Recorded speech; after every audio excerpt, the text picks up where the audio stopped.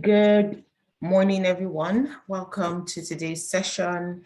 Glad that you could all make it, and thank you for taking time out of your Saturdays. I know everyone has stuff to do, even if it's just to sleep in. It's also quite important on the weekend, but thank you so much for joining us. I'm going to make the intro really short and sweet. So if you're joining for the first time, this is Product Managers Africa. We're a community of product people, so not just product managers, product designers, product analysts, and the point of the community is just for us to leverage connections, network, and grow and upskill. And one great thing about the community is we have PMs across all levels, so young PMs, mid-level PMs, and senior PMs, and even product leaders as part of the community. We set up these, there's a lot of workshops we're going to be doing in the coming months, and we set them up specifically from the need of the community, where we found that a lot of people had requests to have practical sessions on different concepts within product management and how to navigate different aspects of product management. There is a lot of information out there, and we know that, but I think this one is more focused on a practical guide, so that if you come across any of these scenarios in your course of work, you know what steps to take, because I know a lot of us deal with analysis paralysis. You don't know what decisions to make. You don't know what the first step should be. So we have been putting together a couple of workshops. We've had 2 in the past, and this one is also another one as part of the series. And this one is specifically tailored towards product analytics. So this is not the only workshop we'll be having. We'll be having a lot more workshops and exploring different tools. But for today, we're going to be focused on Google Analytics and Heatmaps. And we have an amazing person. She's also a member of the community, but I'm going to allow her to give you a bit more information about herself. But she's a member of the community. So if during the course of this session you have questions, please don't hesitate to drop them in the comment section, or you can use the questions AMA channel on Slack. If you are part of the community on Slack, I would also drop her Slack handle name, so that you can also reach out to her if you want one-on-one sessions, or you have a question that you want to ask her directly. And if you're not a part of the community yet, I will be dropping the link in the comment section as well. So without further ado, thank you very much for joining us. Oyindamola Adeshina, you have the floor. Right. So about myself, I'm a senior product manager at AXA Mansard.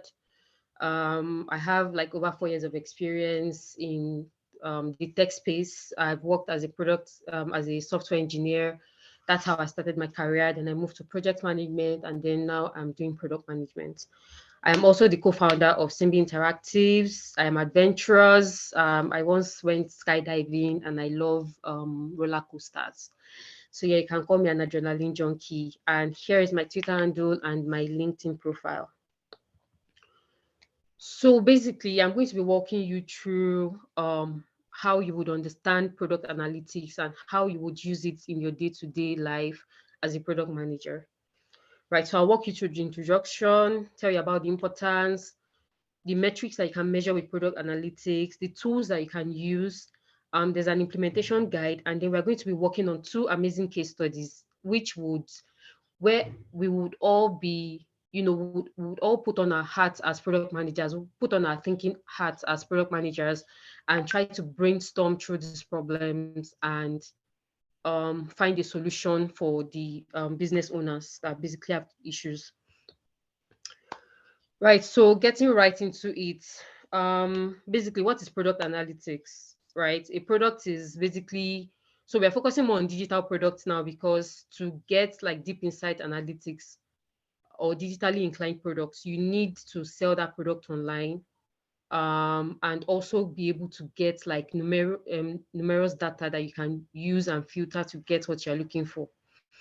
Right, so let's say a product is an article or a substance that you have manufactured and you are refining for sale. So maybe a feature, maybe a new product, maybe a physical product that you're even selling online, right?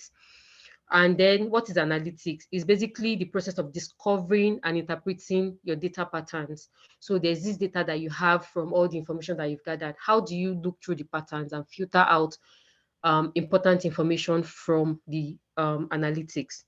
Right. So bringing it together, product analytics is a process of basically analyzing and visualizing your product data. It will help you gather insights on the user experience and how users are basically interacting with your product.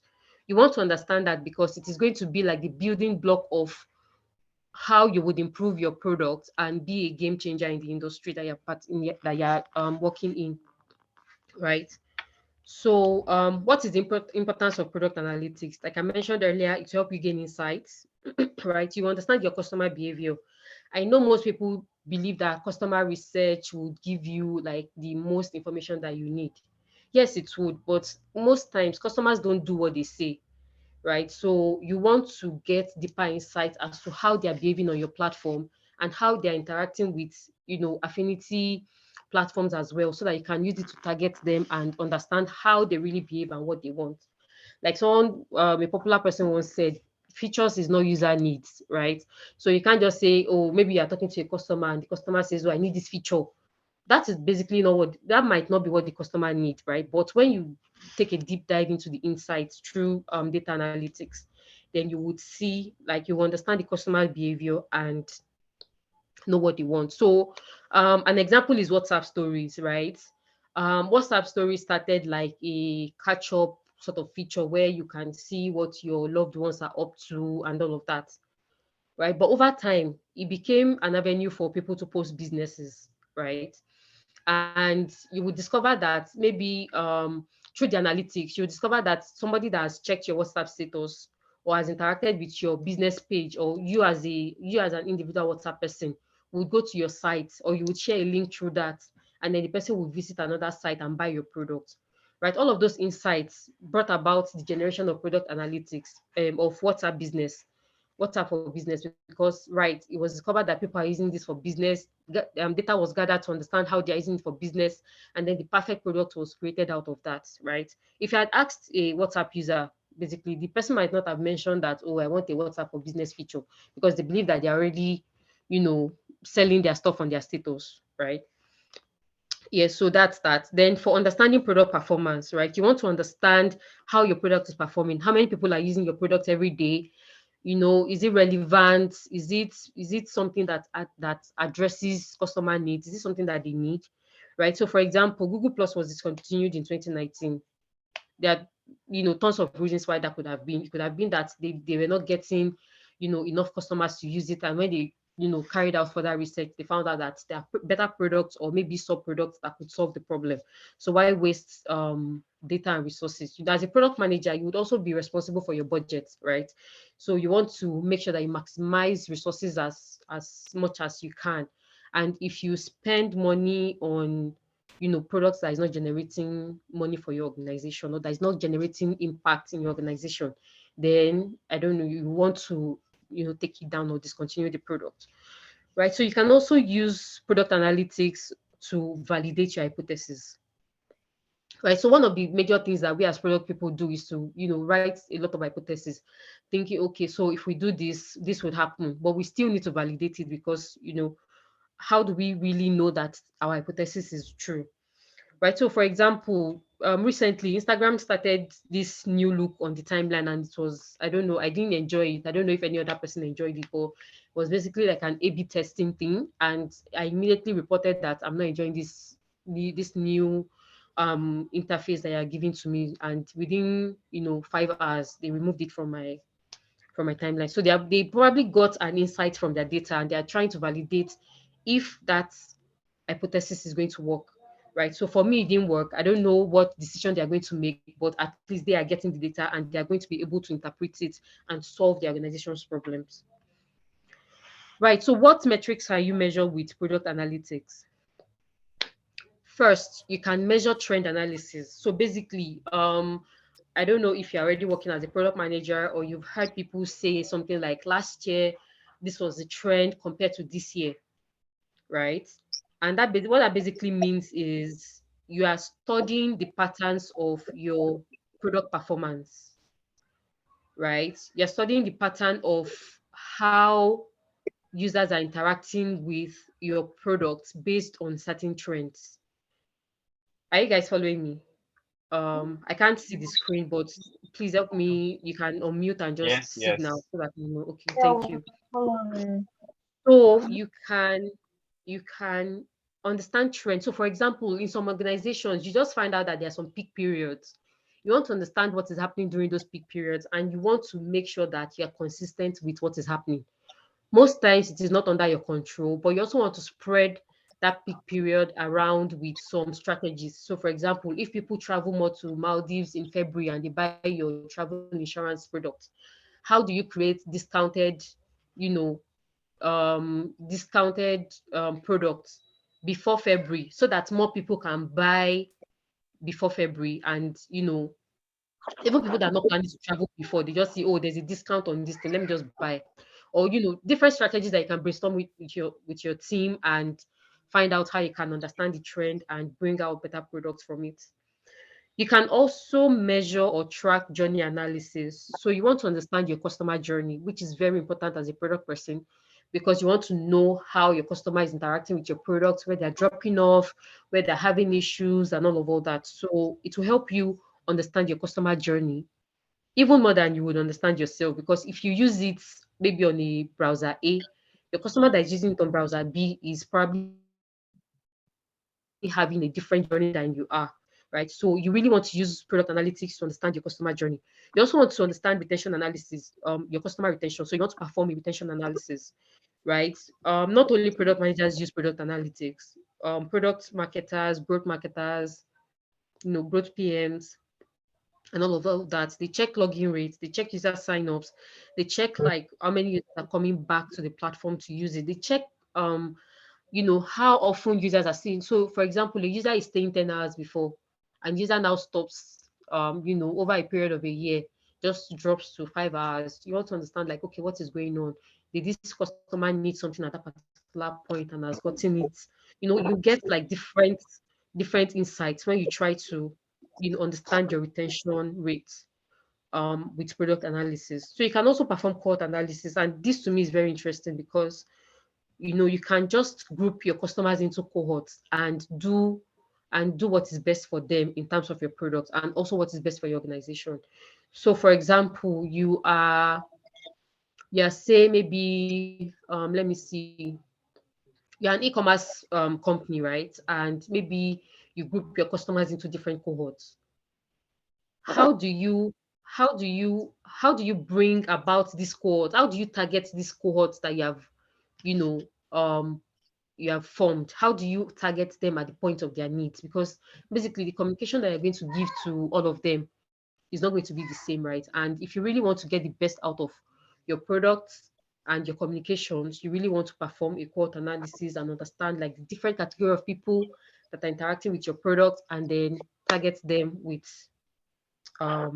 different comms or product features or something. Right. So what tools can you use for product analytics?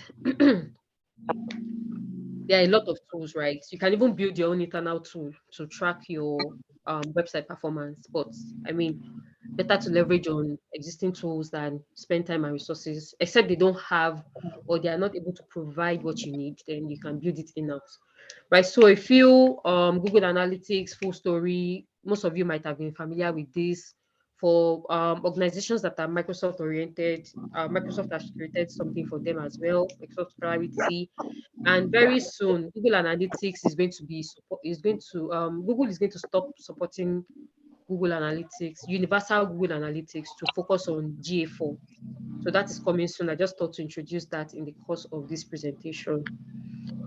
Right. So you may be familiar with all of these. So most of them do analytics and help you check your scroll patterns, help you check like customer categories, basically helps you perform different analysis on your website or product page. Please let me know if you're following me. Can just signal or mute your mic. Let me know if you're with me. So for the current Google Analytics, for the purpose of this presentation, I'm going to be focusing on Google Analytics, right? So a step-by-step guide to implementing analytics on your platform. Basically, this is for Google Analytics. So you want to create an account, obviously, and you want to create your property. So your property is the product that you want to manage. So it can be a website, it can be a landing page, it can be anything. So you are measuring that, you're creating that property, right? Then you add your data stream. So there's a prompt where when you create an account, it tells you what to do. So you add the data stream, basically the where the data is going to be accumulated for you under the property, right? So you want to follow the prompts. You click on admin. So you've already created your property, right? So if you have more than one property, you choose the property that you want to set up the data collection for, right? Google Analytics is going to give you a code, right? That code is what you are going to embed in your website HTML. So you need to work with your maybe if you don't have access to your code base, you can work with your engineering team on that to help you embed Google Analytics on your product HTML pages. Because Google Analytics implementation is sensitive in the sense that you actually need a company's organization page or HTML code, we might not be able to implement it here, right? But what I can tell you is just know the process so that by the time you want to use it, you can know what the steps are, and then it can help you, implement it. Right. So now we are going to our case study. There's this young lady here that needs our help as product managers. She has a website, right? But her sales continues to drop. She was expecting that when she starts running these special campaigns, that she'll start getting more sales on her platform. But things just don't seem to be working right. And she just spoke to a friend, and they said, oh, you can hire a product manager to help you run analytics on your website and help you understand how your customers are interacting with your product. So as a product manager, let's say you were hired by the CEO to help them solve this problem. The CEO just says, oh, I'm not selling and I want to sell, and we must make this happen. We have 100 million targets by the end of Q4 2022. So how do we even go about like starting to solve this problem? Can we take a couple of minutes to think about like how we are going to approach the problem, and share one or two ideas before I start with my own solution? Okay, so ideally, the way I'll probably tackle is I'll first of all define the key question. What is the main question I actually want to answer? Like, I'll reframe the problem. Okay. Then from there, I'm going to get more context, like define the context, get more information. Then I'm going to define the scope. Like after I've done that, I'm okay, what's the scope of what I'm supposed to do? What's the 80/20, like what really, really pushed the needle for this whole problem. Then after I've gotten the scope, I'll try and know the kind of people I'm going to be working with. And also I would like to understand if there are run campaigns before, how it has worked. So I'll know every step of the process to be able to understand what is not actually working in this current one. Then from there, I'm going to break down all the individual parts and analyze each one of them. Okay, I will test this first one. Okay, well, this process was supposed to work like this. Did they work like this and stuff like that? Okay. All right. Thank you so much. Great. So just a question where you mentioned that you're going to understand the problem. So how do you want to understand this problem? What's your approach to understanding the problem?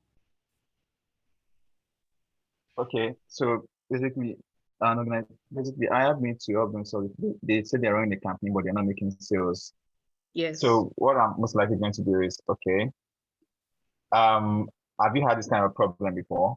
If they say yes or no, okay, this is the first time you're having, okay, great. What is the way you usually run campaigns? How do you usually run campaigns? Then you say, okay, we'll do this and do that and do that. Okay, most likely there will be a point during that campaign step that isn't working as it's supposed to work. That is where I'm not going to get into and find out what exactly isn't working right there, I think. Okay, great. Thank you so much. My name is Philomena Obase.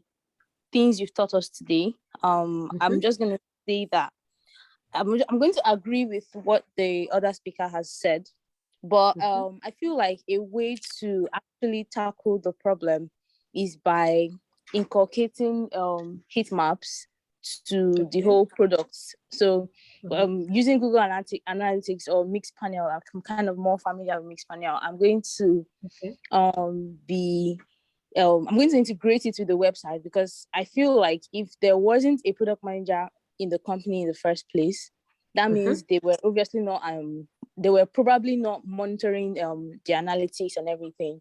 So what I'm going to do is inculcate Google Analytics or Mixed Panel, and then we're going to be checking these various platforms, checking the website, checking which people have seen the campaign on these various platforms, checking how many clicks, basically checking to see the people that actually visited the website. So I think if we're able to check these things through Google Analytics and Mixed Panel, we'll be able to see that, oh, okay, this is where the problem is. I guess it's difficult for them to click on the link to get to our website. Okay, so how do we make that easier for them? You know, those kinds of things. So I feel like that's the way to solve the problem. Okay, thank you so much for that. Who else wants to share? My name is Joseph. Hi, good morning. Okay. As a product manager, either using Google Analytics or Panel, from the insights you gathered, I'm able to deduce that, oh, it might be that they're using the wrong platform to do their ads or run campaigns. From the insight, I was able to detect, oh, okay, there was more click on Instagram and not on Facebook. Or there was more click on Twitter and not on maybe LinkedIn. And then I would use that as an opportunity to leverage on the channel where we have more clicks and use that platform and see if there's going to be any improvement or any change. And then from there, we'll know, okay, if there's any change, maybe we'll start using that platform for adverts or campaigns. Thank you. All right, great. Thank you for that. Hi, good morning, everyone. So, let me just add to what the previous speakers had said. So, first, I think what I would do is, it seems maybe the campaigns are not really fitting the pain point or the problem exactly. So maybe we might have to hold on with the campaigns. That's number one. Then, just like Jovita said, she really touched what I wanted to do. We now have to go to the analytics and really check. So some of these analytics will show you where you have your users dropping off. So where we have gradually, we now have to start that. So where did this person drop off? Then we might now go. We will now have to check very well. So what happened here? What's really happening here? Why are they dropping off there? And all that. So, but the campaigns first will have to stop, because it seems like they're not fixing the menu. So adding that to whatever I said, I think we can make good progress. All right, great. Okay, what I realized the other speakers actually gave a very good point. And yes, kudos everybody. So what I realized that we were not so specific about the sales. So I think we have to ask questions to know, you can be selling so many kind of products. So which particular product is not performing well? That is one. And ones that are performing well, what do you do differently to make it perform well? Because a company can be selling so many products, so you need to know the specific product that is actually that is not really good and is not performing well in for that campaigns. Yeah. All right. Great insights. Thank you very much. So my name is Karijadu, and I was just going to add to what the previous speaker had mentioned. To me, it looks like the real issue or pain point here of this person is relating it to sales. It would be important to understand where the majority of sales are coming from, and then sort of map the analytics you discover against specific user personas to find out. So our website has majority of sales in this category. How are we going to be able to drive sales in that area? So looking at it from the customer or user journey standpoint, of finding out where those specific users or customers are either dropping off or they are not getting to the complete user journey that eventually enables them to make the sale.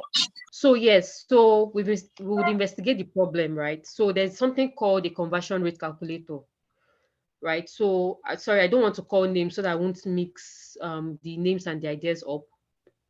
But somebody had mentioned that, you want to check like where the problem is coming from.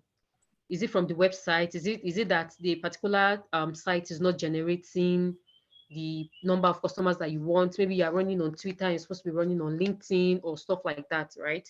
So you want to use your conversion. You can just Google conversion rate calculator, right, and see like number of views on your campaign, and you want to know what percentage of those people are actually buying your product. So let's say your conversion rate is at 2%, which is really poor, because imagine 100 people looking at your campaign and only 2% of those people are actually buying. That is really poor. And then you notice that the website abandonment rate is also at 80%. So these 2% are even coming. 80% of them are still abandoning the website. What is really going on? What's wrong with the website at 80% abandonment rate, right? So you got those insights from your conversion rate calculator to understand where and how the problem is coming. And then you brainstorm on the problem with the digital marketer. So for most organizations, right, the PM does the product analytics. But in my own organization, I work with the digital marketer on that because he's majorly responsible for the campaigns, and I just track at the back end. So I'm telling the marketer that, marketer, what's going on? People are visiting the website, it's generating leads, right? People are actually coming to our website, but the conversion rate is really at 2%. What is going on? So we want to look through the website to realize what the problem is on the website. But we can't just be looking at the website, right? Because we can't get insight as to what is actually going on the back end, or how the customer is actually interacting with it. So using Hotjar, I would conduct an heat map analysis with a click map and a scroll map. So what that would look like is this. So this is what you'll be seeing at the back end. This is my website in the middle, right? And this is my heat map on the left and on the right. Right. So I noticed that I'm generating, so these red areas, sorry, let me just go back. Back. So these red areas that you're seeing, those dotted red areas, they are like the good parts. And then the yellow to green areas and the blue areas, they're just like really terrible parts. So imagine that it's only these red parts that somebody is clicking on my website. So there's something wrong somewhere. And this red part, if you check here, is the first thing that I settled.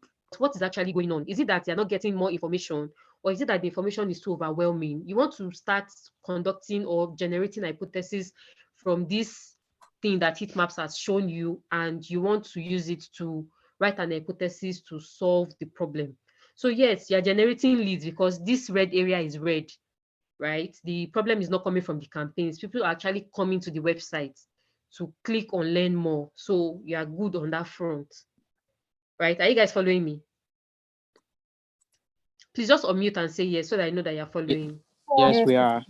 Yes, we Okay, are. great. So Yes. this second part that is blue, right, is this second part that I ticked, right? It means that people are not even learning more. So what's going on?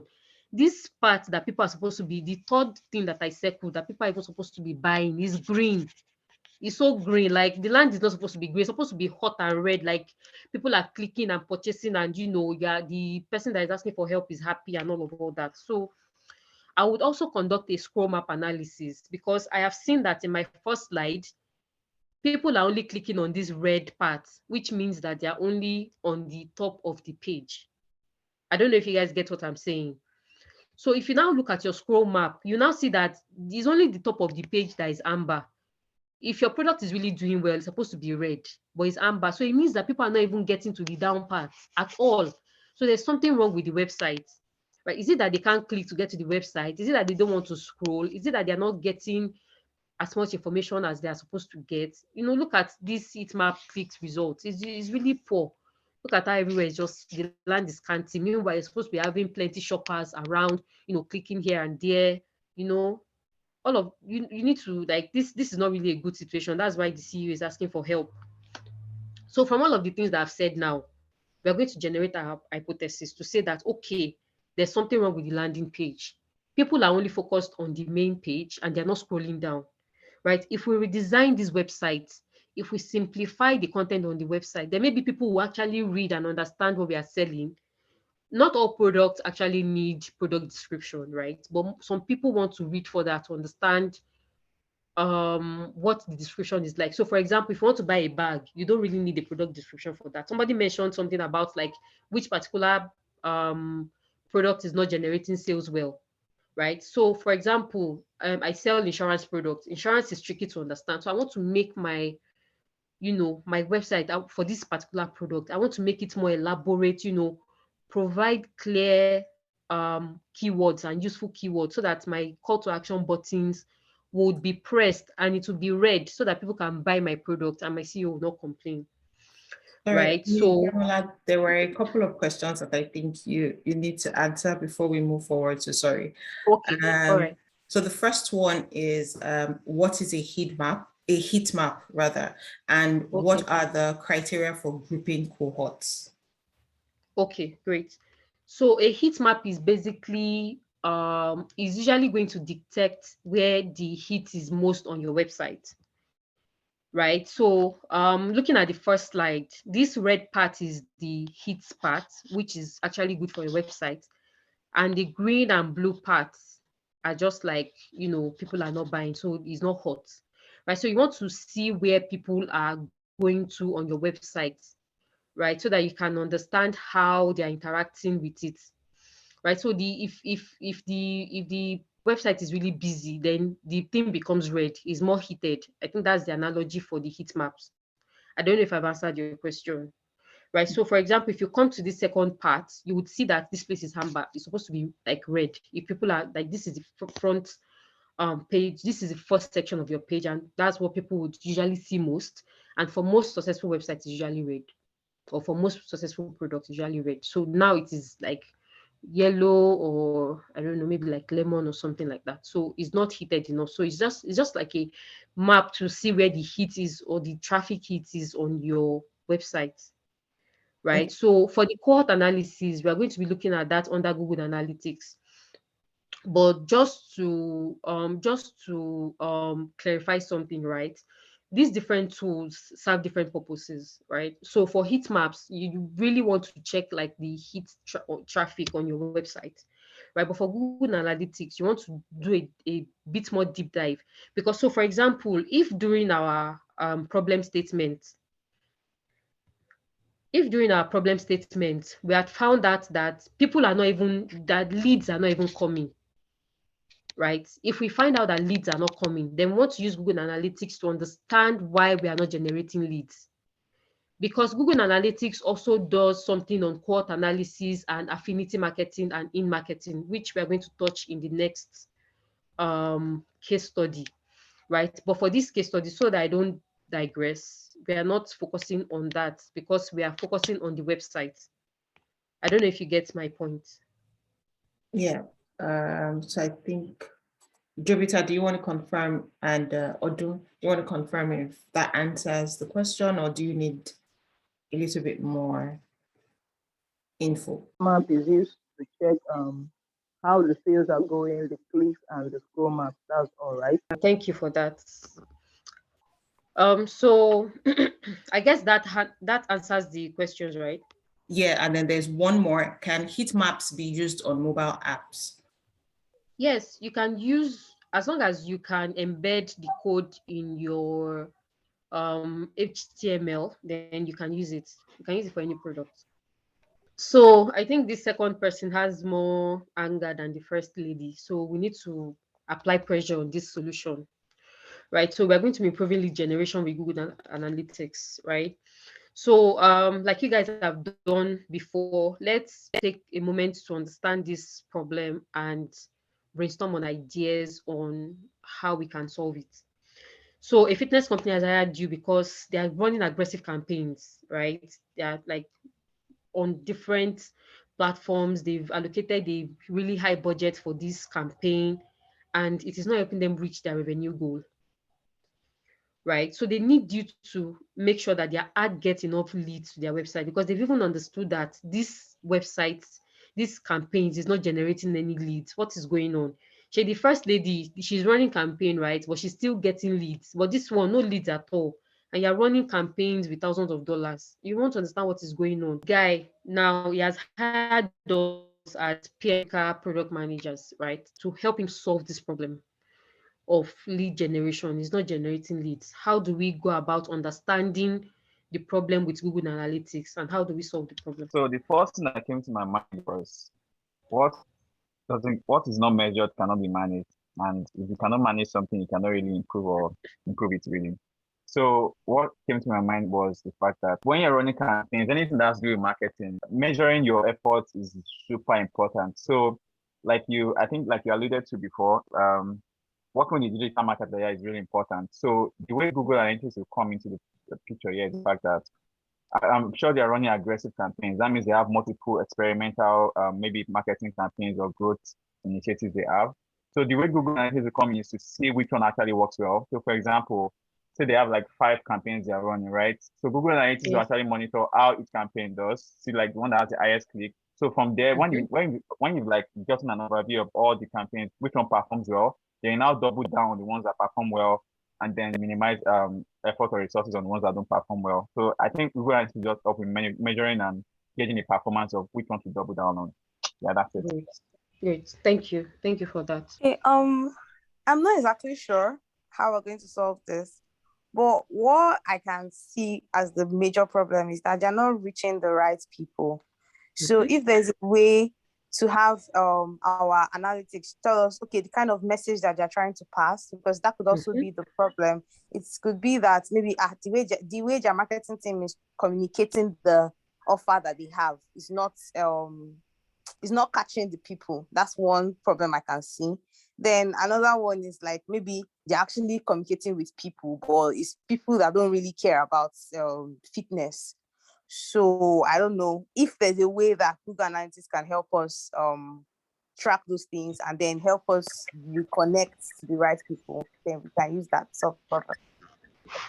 All right, great. Thank you so much, Philomena. I think another thing I would like to add to what you said is that to find the best product message fit, right, or audience message fits, right? So your ideas are welcome as we talk through this problem, because we are all solving the problem together, right? So please feel free to chip in. I can't see your hand, but I mean, let's just make it as interactive as possible. So yeah, somebody asked about cohort analysis, and this is where we are going to be using cohort analysis under Google Analytics, right? So the first problem is we are generating leads, right? So we started from the website using Heatmaps, right? But here we are not generating any leads. We need to understand which customers have been interacting with our platform so that we can use this to understand their demography and put out the right messages in our campaign that will target those audience. Let me use an example to break this down. So you're a fitness company, right? Say you do gym, you do health, like food, fitness, fit farm food, you sell milkshakes and all that, right? So over the period of time, the people that have been visiting your site or that have been interacting with your campaigns are within this age range. The campaigns that you want to, so it's possible that this CEO just has one campaign running, or just has like, oh, this, some people make the mistake of, let us find the best catchphrase and put it out in fancy marketing, I don't know, flyer, and just publish it and sell it to everybody, right? But as a fitness company, you are targeting different categories in different age brackets. And what matters to these people is different. For example, somebody that is 25 to 34 years old, the person is probably looking for summer body goals, right? You can't be preaching live long and prosper to that person, because like with your health, if you say something like with your health product, you can get your summer body goals, you can attract the right boo or bae or something, it's just an example. I'm not saying that works, but I don't know, just for the demography or the age range, right? But for somebody of 55 to 64, they're getting old, and they're probably already experiencing one old age symptom or the other, right? How do you want to target them to say, okay, live your best life, wake up younger than yourself, these like young selling products now is now selling, and the people that they target it to is not young people, because you can't tell a 25-year-old person, okay, maybe you can, but let's say below 25-year-old, 18 years old, that look younger with our fitness or health drink or something. The person is just going to be like, well, I'm already young, I'm already fine, so what am I looking for? But if you use that to target like a 60-year-old person that look younger than your age, or feel younger than your age, or feel vibrant like a youth, you're probably going to get that person's attention more than you get, a younger person's attention. So you want to use Google Analytics to really see the demography of people that are interacting with your platform one way or the other, and you want to create a perfect message fit for those customer categories. So this is where understanding their demographic come from. You want to understand their agenda. So for example, if you want to sell a fitness product to a lady, we ladies are mostly focused on burning belly fat, right? But most guys are basically maybe focused on building muscles, right? So how do you want to create communications along those areas and target it on different social media platforms where those your customers are interacting with? You can also get that from Google Analytics. For example, which sites or which affinity products are your people or your customer targets, interacting with the most, right? You can use Google Analytics for all of this. Another thing you can do is to, further understand their demography. I already mentioned gender. So total number of users is on the top. So we are looking at acquisition, we are looking at behavior, we are looking at conversions, right? So you notice that under ages 25 to 34, the conversion or the number of transactions or the revenue generated from them is about $4 million or something, right? And if you look through this down, you would see that you're generating more revenue from. Who wants to tell us where we are generating more revenue from? Looking at this data under revenue, look at the age and look at the revenue. Who wants to try? 45 to 54. Exactly. So you're already targeting those people. So maybe those are the people that your campaigns are targeting. But you want this campaign to target the same figure across board. So what do? You create a 45 different campaign for these people, targeting them based on their needs, and push them out so that you can get your expected revenue. If we look at age, right, under age, we see that under gender rather, female, you're generating more income from male than female. You want to create more communication, that would be in line with what a woman would want, to help them generate leads or maybe sales on your website. After understanding their demography, you want to understand their interests. The people that are, so if you the on my left, there's affinity categories, right? So people that love media and entertainment and TV lovers are buying your products the more, right? So for a fitness company, in your own case now, maybe somebody is buying, let's say somebody went to shop for a feeding bottle, right?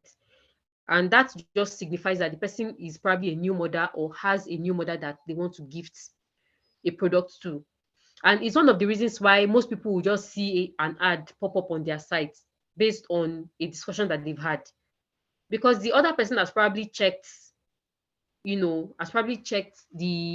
thing that you discussed about, and Google Analytics is just targeting the ads or the campaigns based on that to the other person, right? So you want to check what your customer segments like, the other things that they are doing, affinity products that they are buying, and you want to use this to target them as well, right? There's also something called in-market segment. So in-market segment is they are playing within the space of your product, right? So for example, if you're a fitness company, an affinity product would be, say, somebody buying a gym glove, right? That's affinity. It's not basically your own health and fitness product, right? Maybe you don't sell it, but somebody else is selling it and it's an affinity. So you know that, oh, this person is probably interested in health and fitness.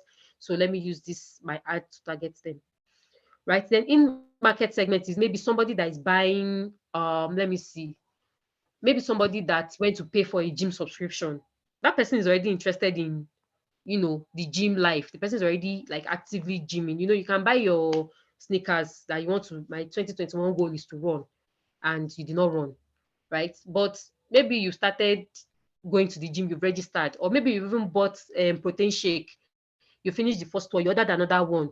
Your Google Analytics data is saying, oh, okay, so this person is already like an active user, categorizing you under the in-market segment and saying, okay, this is what you would need. Let me market to you directly or aggressively, right? So for this in-market segment, the type of campaign as advised by your digital marketer may be direct campaign. So tell it to their face directly because they're already involved, right? But for affinity, you might want to use like subtle messages, just to attract them to come to your site based on what they like and all of that. So, I mean, you would understand, you would brainstorm this with your digital marketer or your growth marketer and then come up with possible solutions for that.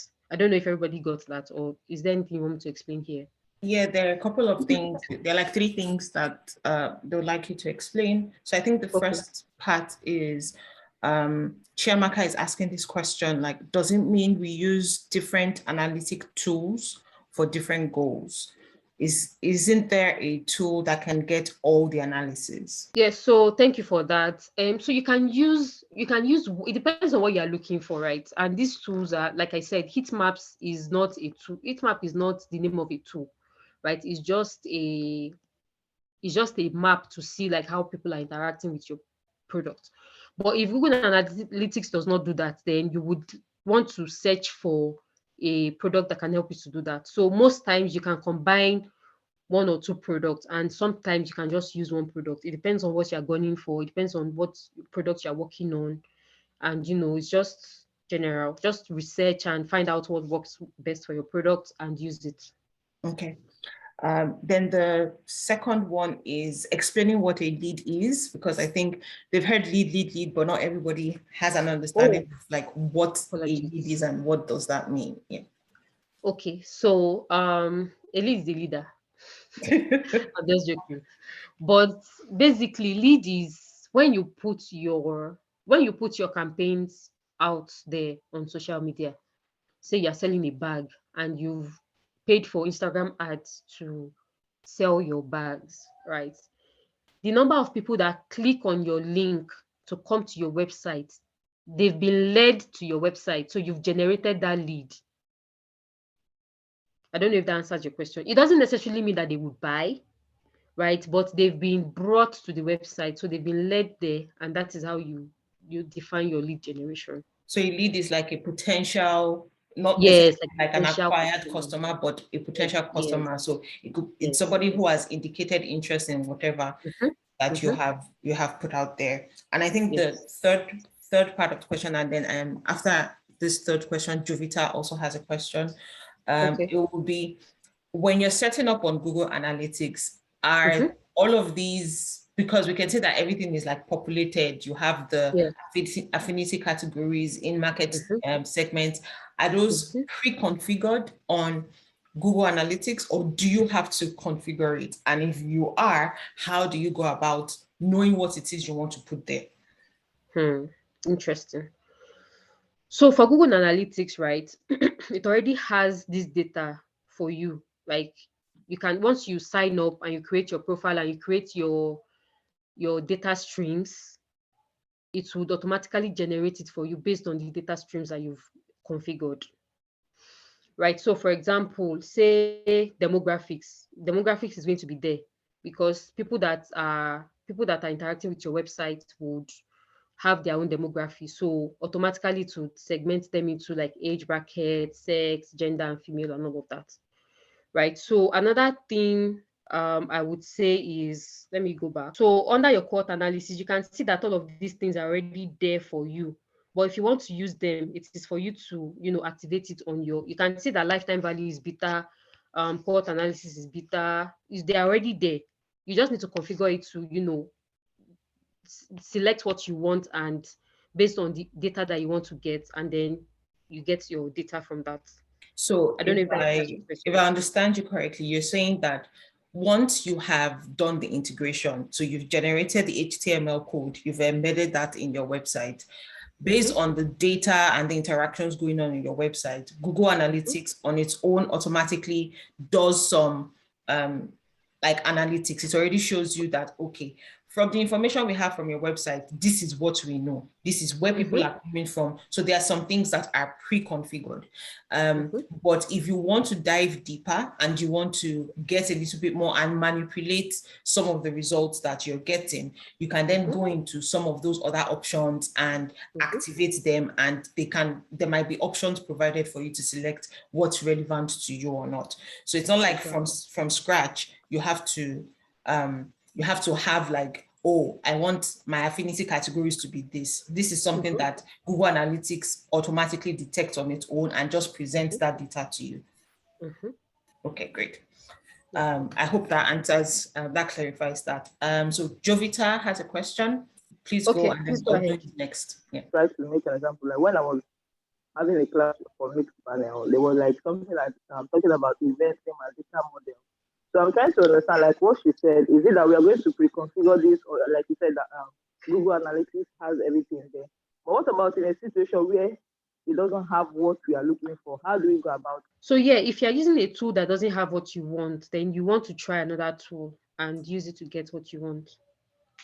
I've never used mixed panel before, right? But if it doesn't have what you want, you can just research, like, or just ask in the PM Africa group, oh, I'm trying to achieve this. What tool can I use for this and that? And somebody will just answer. I mean, that's the point of also being in communities, right? So, for example, Heatmaps will just show you like click map, scroll activity, error pages, where customers are having errors, but it probably not show you like cohort analysis and all of that. Right, so Hotjar is an Heatmap tool. You want to maybe combine Hotjar with Google Analytics, or you want to combine a mixed panel with another product, or full story with another product. I don't know, depending on the product, like I said, or the platform you are trying to measure. So, okay, and one last thing is for like if you've configured the data and then you've embedded it in the HTML code, is it continuous? Like whatever is done on the website, you get to see it, or is just the one that happens when you do the configuration? Or future events, you can also track future events from, like, assuming you did the embedding today, can you still make use of that data you embedded next month or the following month? Is it continuous? So you know the way code is, right? You know the way code is when you check your browser, it is your code that is running. Right, so the code that you got from Google Analytics that you embed in your HTML will be running alongside the code. I don't know if you get what I mean. So if you click on inspect elements on your browser, you would see the code part running on the browser. So you know that is what it is using to generate what you need. Right, so that Google Analytics code that you have gotten, or the heatmap code that you've gotten, would be running alongside that code that you're running, and will be generating the data for you. So for example, users by time of the day, if you come in tomorrow, right, it will still record your time of the day usage, as long as the data is as long as you've not removed the tag from the HTML and it's still running with the code. Okay, hi everyone. My question, I wanted to ask about demographics, because I'm currently working with a team on like a media outlet. So what the media outlet is trying to do is to introduce revenue streams. So looking at their Google Analytics, they haven't started to make money yet. And I can see from the demographics that there is nothing there. There is zero on everything. However, the overview, I can see the user information, I can see the conversion and all that. So I wanted to ask, in a case where it's a website that is not making money, is something still supposed to come out under demographics? Because I can't see anything. Usually, right, something should come out. Where you would not see something is under the revenue, right? Because there are different category of people interacting with your web. Have you guys run any campaigns? Well, I don't think so. I don't think there have been any campaigns run. Yeah, I think they're just starting to get into that space of, trying to get more influence, trying to widen their clientele base and all that. Okay. So what you can do is try running just one campaign. It doesn't have, just to experiment. right? Try running a campaign to see how many leads are generated from that campaign. Like I said, leads are like potential clients, and see if it records under your Google Analytics. So it means that Google Analytics has not generated, so it's probably like they've not gotten any data, or they've not gotten much information from your, I don't know, from your business in terms of campaign, in terms of website, in terms of revenue generation. So you might want to like experiment on that and see what figures you get before you work on. All right, great. So we're still on improving lead generation with Google Analytics. So you want to gather more insights. So maybe, for example, you've been posting by 12 a.m. and see, most people are not using your sites around 12 a.m. So there's something wrong, right? So you want to see those parts that are deep blue, right? On Tuesday, you see Tuesday between 8 a.m. and 10 a.m. On Wednesday between 8 a.m. to say 2 p.m. You want to target when you're going to release those campaigns, so that customers that are interacting with your products there's a high chance that they're online around that period, and then you can target them with time of the day. So it's not enough for you to only have like the how will I say it now, like the customer message feeds, but you also need to know the time of the day you'll be publishing your ads or your campaigns. You also want to know the social media. So there are so many insights you can get from Google Analytics. There's a part that says which browsers your customers are using or which social media they're coming from. You know, it's still going to be like this table where you would get like users sessions, where they are coming from, and you want to see the revenue generated from those platforms. So for example, if Twitter is giving you huge generation and Facebook is not giving you huge generation, you want to understand, okay, how can I improve more on Twitter to get more, and how can I improve more on Facebook to meet up with the Twitter campaigns that I'm running, right? I don't know if you get my point. So that's basically you gathering. So there are lots of insights that you can get from here, but just for the purpose of this case study, these are the ones I'm going to be sharing. So for example, we're still on our fitness journey. Let's say that Nigeria is not the highest country that people have, are coming from. Let's say they're coming from Canada.